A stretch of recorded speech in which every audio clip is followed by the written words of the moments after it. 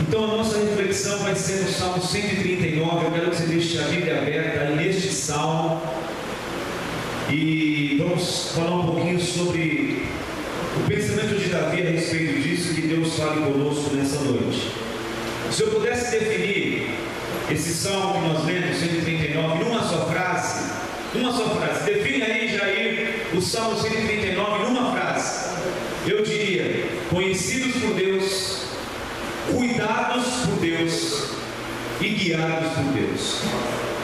Então, se eu pudesse definir o Salmo 139 em uma frase só, eu diria: conhecidos por Deus, cuidados por Deus e guiados por Deus. Nesse Salmo, Davi demonstra nessa oração, um tanto quanto poética, o caráter do seu relacionamento com Deus. Como nós sabemos, Davi tem um título que nenhum outro homem da Bíblia tem, que é o homem segundo o coração de Deus. Por esse salmo, irmãos, dá para notar também a saúde do relacionamento que Davi tinha com o Senhor. Pelo fato de ele reconhecer a verdade de Hebreus 4, versículo 13, estampada no salmo, onde o autor aos Hebreus, no 4:13, vai dizer que todas as coisas estão nuas e patentes aos olhos daquele com quem havemos de prestar conta um dia. Então, Davi tinha uma saúde muito grande no seu relacionamento com Deus. Entende-se que o Salmo 139, ele já é um salmo do período da vida de Davi, em que a maioria das besteiras que ele tinha para fazer, ele já tinha feito. Inclusive aquela lambança, depois de adulterar, e a morte do soldado, aquilo que vocês já conhecem, das manchas da história do rei Davi. Parece que esse salmo foi escrito já depois de tudo isso. E Davi vai mostrar que realmente há uma saúde no seu relacionamento, porque ele entende que nada ele pode esconder de Deus. E tem gente que acha que pode. Percebemos também nessa oração Davi dando uma verdadeira aula teológica sobre os atributos de Deus. Então nesse salmo a gente enxerga a onisciência de Deus. Davi nesse salmo diz: Deus sabe tudo. Davi também nesse salmo mostra a onipresença de Deus, ou seja, Deus pode estar em todo lugar. Davi também mostra a onipotência de Deus através desse salmo, ou seja, Deus tem todo o poder. Então, por isso que essa conclusão para mim é o resumo desse salmo: conhecidos, cuidados e guiados por Deus. Então, em primeiro lugar, Deus nos conhece. Deus te conhece. Isso é uma redundância dizer, né? Mas Deus nos conhece de uma forma que a nossa esposa, o nosso marido não conhece. Deus nos conhece de uma forma que os nossos filhos não conhecem. Deus nos conhece de uma forma que o nosso melhor amigo não conhece. E digo mais: Deus nos conhece de uma forma que nós mesmos não conhecemos. Haja visto o apóstolo Pedro, ainda discípulo Pedro, dizendo assim: Senhor, eu vou contigo até a morte, e eu não vou fugir não. Jesus olha para Pedro e diz: Pedro, eu te conheço, eu treino. O galo não vai cantar antes que você me negue 3 vezes. Eu não, jamais. Todos se escandalizarão em ti. Eu não, disse Pedro. Porque Pedro não se conhecia. Deus te conhece. Deus me conhece de um jeito que nós não nos conhecemos. Versículo 1, Davi diz assim, Salmo 139: Tu me sondastes e tu me conheces. No 2, tu sabes o meu assentar, o meu levantar, de longe entende o meu pensamento. No 3, tu cercas o meu andar, o meu deitar, e conheces todos os meus caminhos. No 4, não havendo ainda uma palavra na minha língua, eis que tudo, ó Senhor, conheces. No 15, os meus ossos não te foram encobertos, quando no oculto fui feito e entretecido nas profundezas da terra. No 16, os teus olhos me viram, ainda sem forma, e todas as coisas estavam escritas ao meu respeito,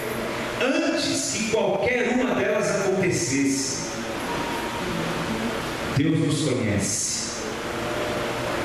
Paulo escreve ao Timóteo, e ele vai dizer assim, na segunda carta, capítulo 2, versículo 19: todavia, o fundamento de Deus fica firme, tendo este selo: o Senhor Jesus conhece os que são seus.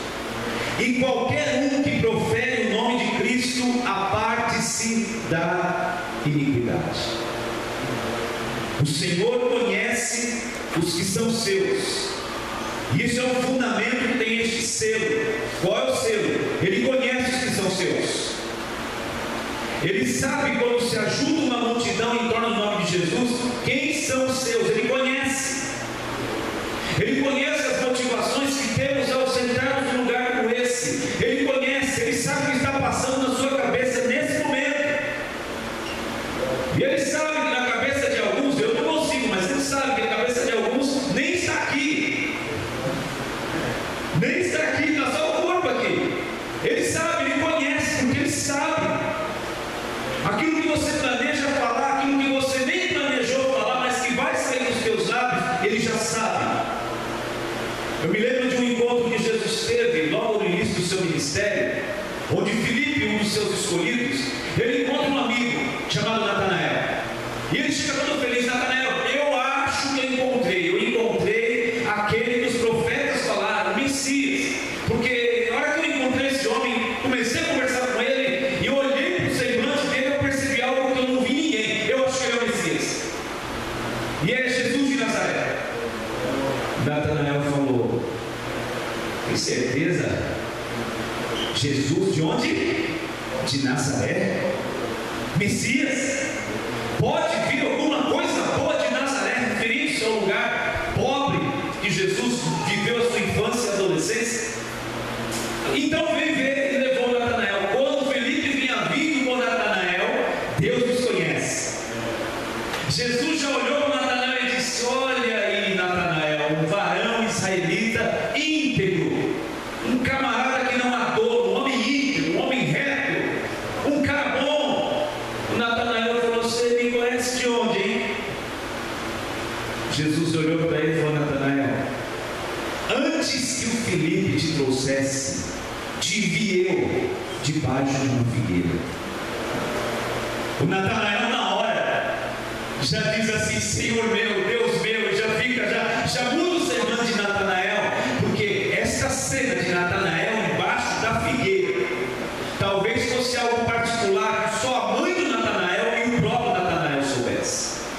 Talvez fosse uma cena, isso é bem provável, da época quando Jesus também era uma criança e Herodes mandou matar todas as crianças de 2 anos para baixo, acho que era isso, e Jesus fugiu com seus pais para o Egito, e possivelmente Natanael subiu, fugiu da mãe dele, a mãe dele pegou o garotinho, porque ele era contemporâneo de Jesus, e se esconderam debaixo de uma figueira, ela o colocou lá. Isso é bem possível.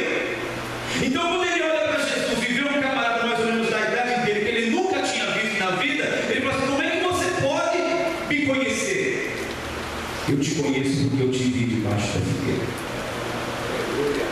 Então quando ele diz para o Natanael: eu te conheço porque te vi debaixo da figueira, ou seja, eu conheço toda a sua história, Natanael.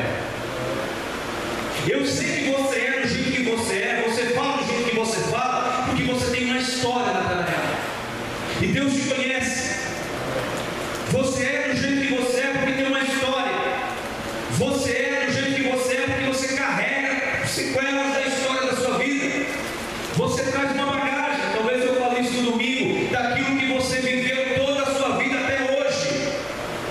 Então talvez você não ainda seja a pessoa que Deus planejou que você seja, porque os planos dele ao seu respeito ainda estão de pé, porque alguns fatos da sua história estão pesando mesmo depois do Evangelho. Mas o texto que Davi vai dizer é: o Senhor te conhece, Ele me sonda, me conhece. De longe entendes o meu caminho, meu sentar, o meu levantar, e ainda que não saia uma palavra da minha boca, quando for sair, Ele já sabe o que hora vai falar.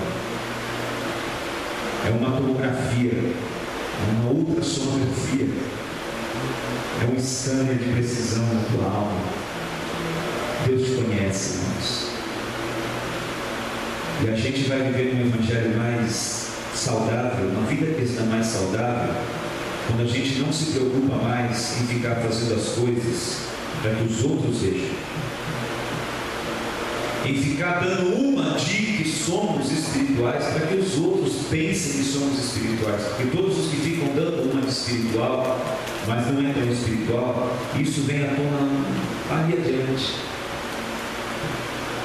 Não se preocupe em fazer as coisas ou ter algum tipo de conduta para que o pastor veja. Não se preocupe, porque Deus conhece, Deus sabe. Se preocupe em esconder, Deus sabe o que tem na tua geladeira. Não adianta você esconder o que Ele acha, Ele sabe o que tem lá. Ele sabe da tua história, Ele sabe como foi a tua semana passada, Ele sabe como foram os teus dias de férias passeando lá no final do ano, em janeiro. Ele sabe tudo. Então isso devia nos trazer uma tranquilidade maior, de não ficar assim preocupado com o que fazemos, assim, tanto com o que os outros vão pensar, porque se eu me preocupar com o pensamento de Deus ao meu respeito, eu vou agradar a Ele muito mais, porque eu não vou me preocupar com o que esse ou com aquele, porque Deus, Ele me enxerga lá dentro. Amém, irmãos? Diga assim comigo: Deus, Tu me conheces. O Jeremias, Deus vai dizer para Jeremias o seguinte: Jeremias, antes que você saísse do ventre da tua mãe, eu te conheci. E antes também que você saísse de lá do ventre, da barriga da tua mãe, eu te santifiquei. E para as nações eu já te dava como profeta. Então Deus já estava tratando com Jeremias no ventre da mãe. Davi vai dizer que Deus o via como uma massa sem forma, ou seja, um embrião. Ainda não tem forma. Você que já tem essa tecnologia do ultrassom, desses ultrassons ainda mais sofisticados, que o bebezinho formou o coração, você escuta lá, tum, tum, tum, tum, tum, tum. Quando o médico mostra aquilo, começa a falar: aqui está isso, aqui está o nariz, aqui está não sei o que, você fala: não estou vendo nada. Está enxergando? Não estou, porque não tem forma. E mesmo sem forma, Deus já sabia quem seria o Davi, que ele seria o caçula de uma família, que ele o escolheria em detrimento de todos os seus irmãos para reinar em Israel, que ele reinaria em Israel, que ele cairia, que ele tomaria na sua carreira, mas que se levantaria, e que ele ficaria com um legado maravilhoso de um homem segundo o coração de Deus, de um homem arrependido e quebrantado. Ou seja, Davi já tinha a sua vida escrita por Deus. É o que ele vai concluir no fim da sua vida, dizendo no Salmo 139: Deus nos conhece. Segundo, conhecidos por Deus, o que mais? Vai esquecer? Guiados, o que mais? Cuidados. Nós somos cuidados por Deus. Versículo 5, dá um pouquinho mais de retorno aqui, por favor. Versículo 5, ele vai dizer assim: Tu me cercaste por detrás e por diante, puseste sobre mim a tua mão. Versículo 7, ele vai dizer: Para onde me irei do teu espírito? Para onde fugirei da tua face? Se eu subir ao céu, lá tu estás. Se fizer no céu a minha cama, tu estás ali também. Se tomar as asas da alva, se habitar nas extremidades do mar. Versículo 10: Até ali a tua mão me guiará e a tua destra me sustentará.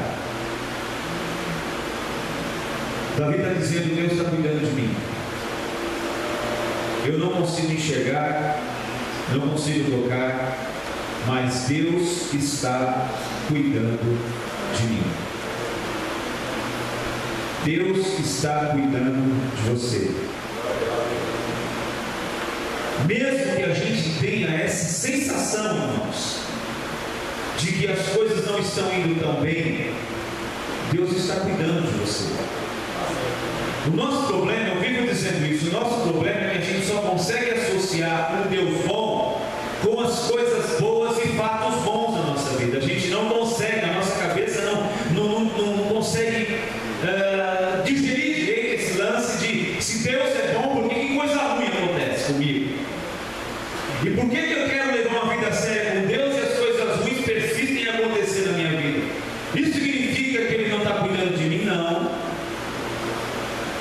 só você ler a Bíblia. Ele cuidou dos apóstolos? Sim ou não? Pedro, Tiago e João eram o grupo mais seleto de pessoas mais próximas? Sim ou não? Gente que frequentou momentos pessoais de Jesus, como por exemplo subir no monte e ver ele se transfigurar e o seu corpo ficar glorificado, assim como ele é hoje, e assim como vai ser o meu e o seu um dia. Ele mostrou isso para 3 moços no monte. E quando ele vai aos céus, ele diz: eu vou derramar poder sobre vocês, vocês vão ser as minhas testemunhas, ou seja, vocês vão ser a minha igreja. Aqueles 3 estavam ouvindo tudo aquilo. Aqueles 3 estavam junto com aquele grupo com mais 117 e foram cheios do Espírito Santo. Aqueles 3 estavam presentes quando Pedro traz aquela mensagem, 3.000 se convertem. E dali a pouco mais uma mensagem, mais 5.000 se convertem. Mas a igreja mal começa e um daqueles 3 é decapitado, que é o Tiago. Mas o fato dele ter sido decapitado significa que ele não foi cuidado por Deus? Muito pelo contrário, significa que Deus o tomou para si. Aleluia! Foi o que mais foi bem cuidado e foi o primeiro daquele grupo seleto a estar para sempre com o Senhor. Deus está cuidando de você. Deus está cuidando da tua vida. As coisas ruins servem para forjar o nosso caráter. As coisas ruins são a escola de Deus. Paulo entendeu muito bem isso e disse no Romanos capítulo 5, versículo 3: portanto nós nos gloriamos nas tribulações, sabendo que a tribulação produz a paciência a experiência produz a esperança, e a esperança não traz confusão, porque o Espírito Santo é derramado em nossos corações. Aleluia! Então Deus está cuidando de você, Deus está cuidando da tua vida, Deus está cercando você. Jesus vai dizer para os seus discípulos, vai dizer para Deus, na oração de João 17, versículo 12, ele diz: estando eu com eles no mundo, guardava-os em teu nome, e tenho guardado aqueles que tu me deste, e nenhum deles se perdeu, a não ser o filho da perdição, para que a escritura se cumprisse. Daqueles que tu me deste, nenhum deles se perdeu. Nenhum deles.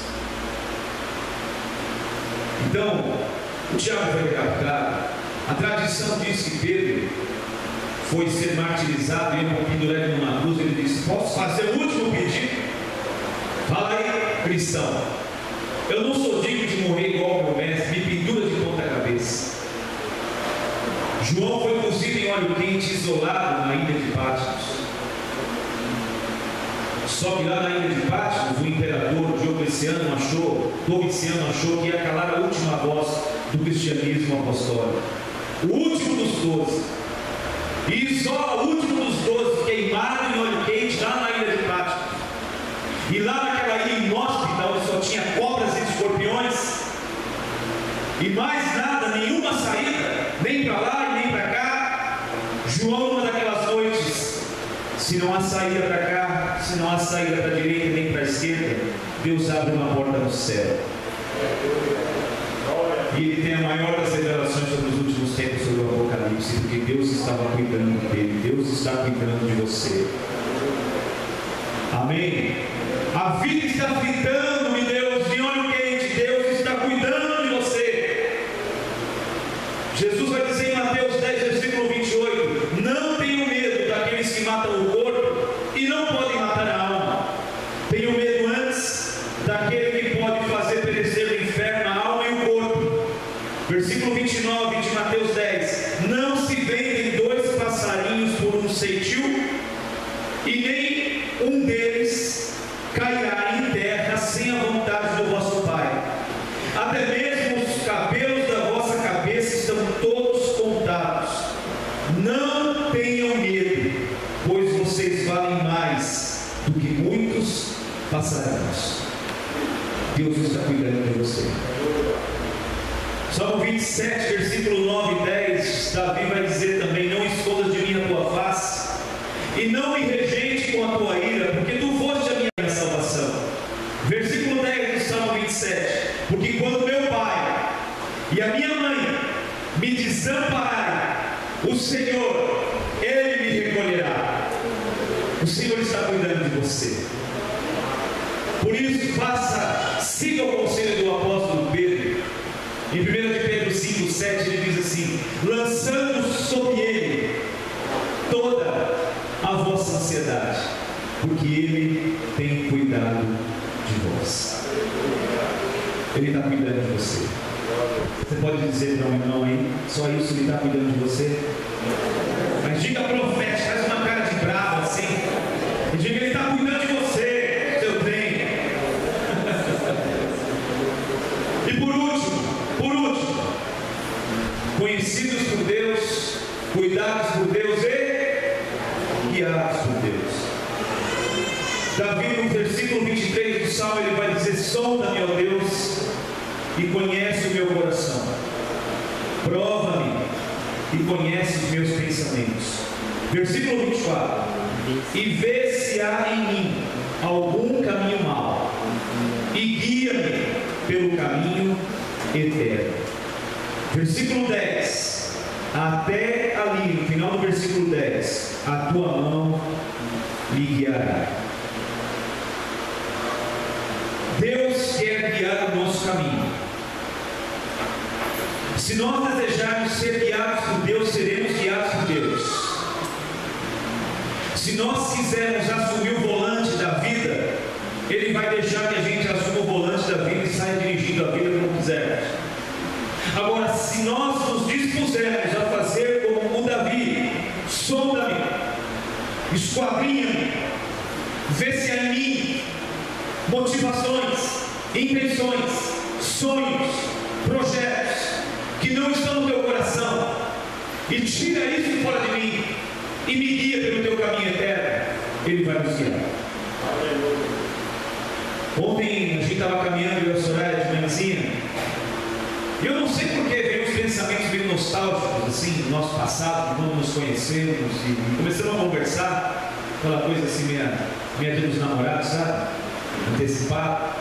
E a gente caminhando, conversando, e depois nós chegamos no momento em que a gente se conheceu e tal, e algumas semanas depois de a gente se conhecer, ela começou a me convidar a ir à igreja, e eu muito relutante. E depois de várias tentativas, ela naquela época estava frequentando uma igreja muito grande, mais de 2.000 pessoas lá, e eu acordei no domingo surtado, acordei louco aquele dia, porque falei: vou para a igreja com ela. Foi uma loucura aquilo que aconteceu na minha vida até o momento. Eu me vesti, foi tudo bonitinho lá, aquele camisão de manga curta que vinha até aqui, aquela manga bufante na época, né?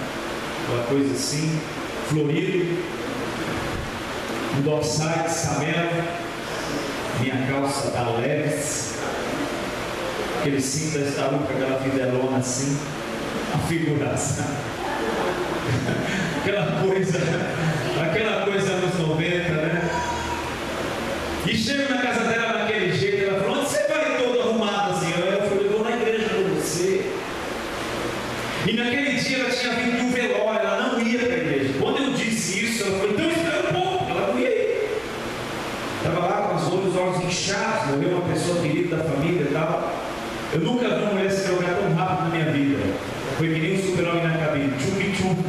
Já saí pronto para ir para a igreja. Eu comecei para a igreja uma vez, 2 vezes, 3 vezes. Aí tinha vez que a minha sogra ia comigo lá com a gente, e na hora do apelo elas ficavam um do lado, outro do outro assim, olhando assim para ver se eu aceitava Jesus. E eu ficava olhando assim também, porque elas estão achando que eu vou lá para frente. Vou nada. E aí a senhora começou a me convidar para ir numa igrejinha que ela tinha sido na adolescência, que ela se batizou, e que ela foi muito feliz, conhecia aí a Luciana, a Fabiana, a Marinalda, e fui comer polenta lá na Marinalda, não sei o que. Aí um dia ela me convidou para vir no culto de jovens, e eu falei: como é que é essa igreja que você está me chamando, né? Ah, é pequeno, é assim. Eu falei assim: o pessoal se conhece. Eu falei: é. E o pastor conhece os irmãos? É. E o pastor vai na casa dos irmãos também? É isso aí. E depois do culto o pessoal foi batendo papo. Eu falei: ela falou: é. Eu nunca vou entrar num lugar desse. Quero distância disso aí.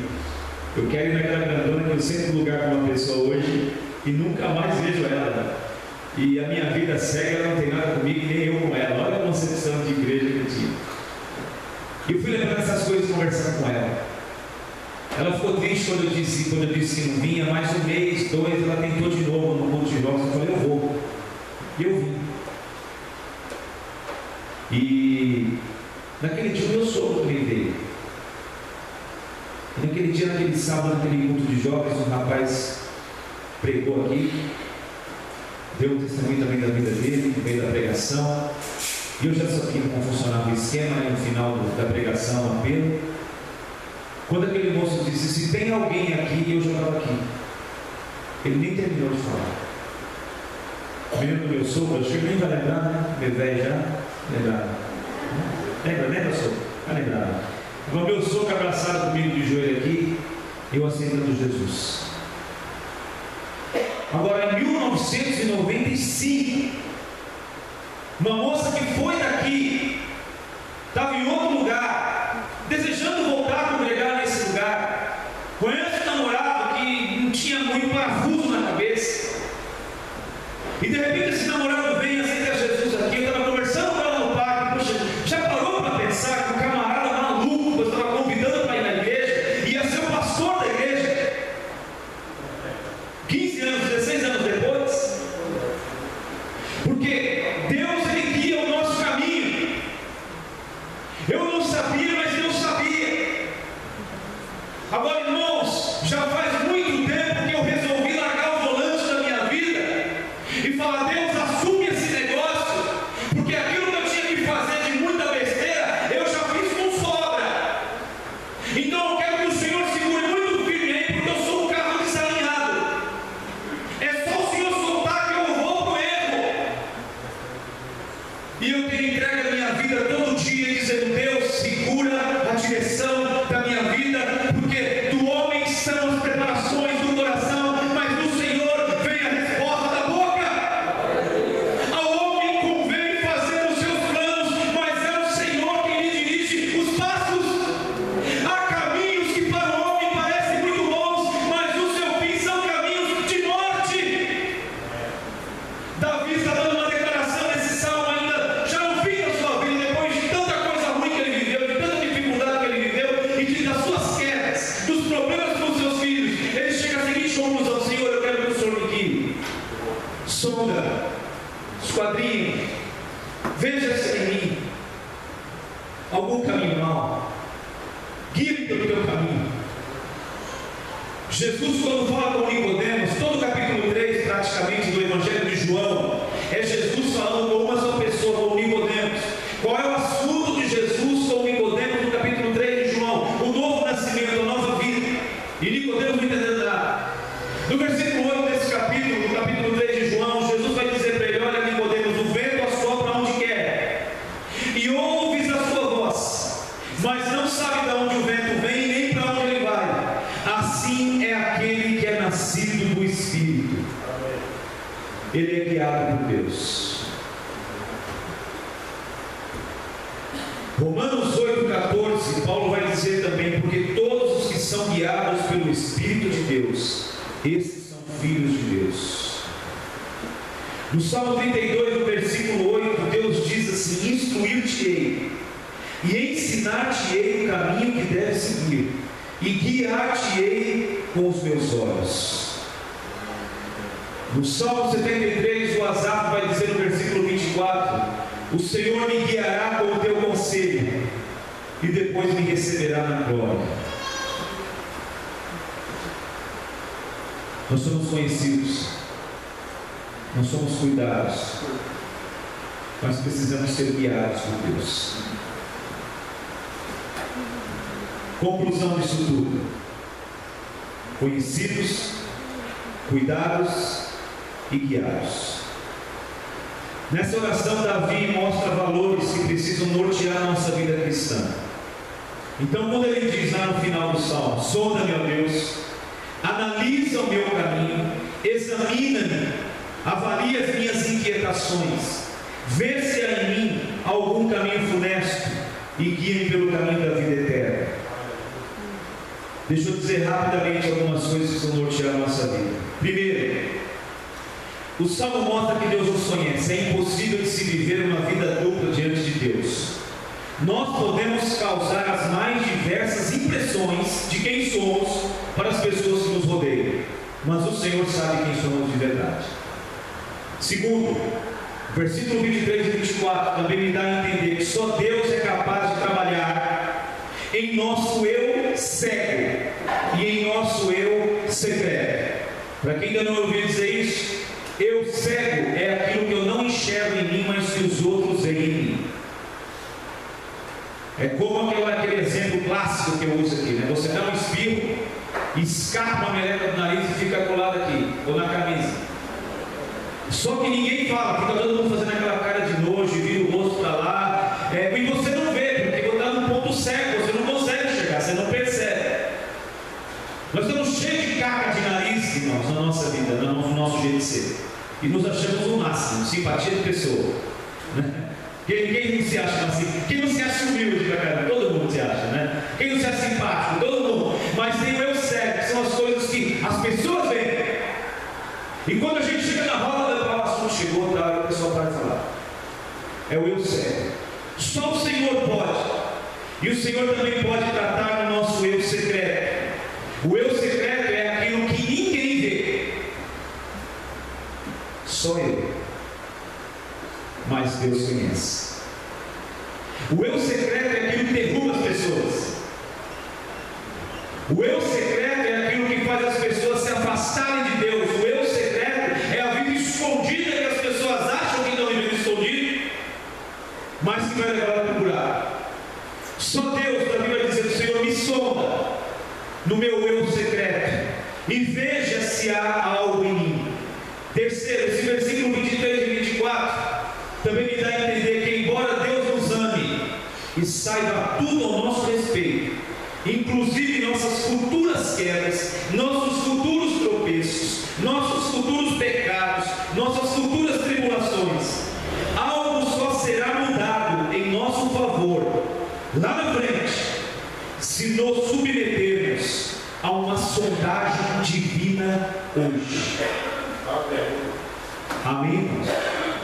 Deus nos conhece não só a nossa história e o que somos, Ele conhece as nossas futuras quedas, tropeços, pecados, tribulações. Tudo isso só vai ser mudado lá na frente se nos submetermos a uma sondagem divina hoje, como Davi: Senhor, sonda a minha vida. Amém. Ou ter a coragem de dizer: Deus, qualquer coisa, seja o que for, que possa me afastar de Ti, esfriar a minha fé, pode ser muito dinheiro, pode ser casa bonita, pode ser emprego, pode ser o sonho da maioria das pessoas. Se for me afastar de Ti, Senhor, eu não quero, não deixa a vida até mim. É submeter-se a uma sondagem divina. Quarto lugar, esse versículo 23 e 24 diz: ser conduzido por Deus por toda a vida, sem dúvida, é uma questão de opção, de escolha. Então a minha conversa lá no parque era assim: amor, puxa vida, aconteceu isso, e você me convidou para ir lá, e quando eu entrei naquela igreja, você estava convidando alguém que seria o pastor da igreja. Irmãos, vocês que estão perto de mim, vocês sabem, eu não quero fazer grandioso, estou olhando no espelho. Mas uma coisa eu posso me gloriar, irmãos: eu levo Deus a sério. Eu levo a palavra de Deus a sério. Eu levo o Evangelho a sério. E eu sei que Deus tem guiado a minha vida e a minha história por causa disso. Não é porque é mérito, mas eu quero que Ele guie o meu caminho. Amém, irmãos? Eu quero que Ele guie o meu casamento.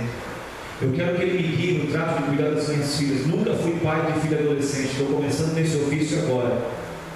E às vezes eu acho que eu não estou sabendo direito o que fazer. Eu quero que Ele me ajude nesse caminho. Eu quero que Ele me guie nesse caminho. E por último, versículo 23 e 24. E os 7, 8 e 9 também me dizem: não existe lugar, não existe distância ou circunstância que possam impedir o cuidado de Deus com as nossas vidas.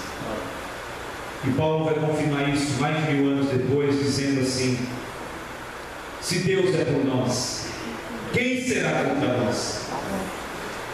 Se Deus é por nós, é o Senhor quem justifica. Então quem é que condena? Aquele que nem mesmo ao seu próprio filho poupou, antes o entregou por amor de nós, como não nos dará também com ele todas as coisas? Quem nos separará do amor de Deus? Seria a fome, a perseguição, o perigo, a angústia, a espada? Por amor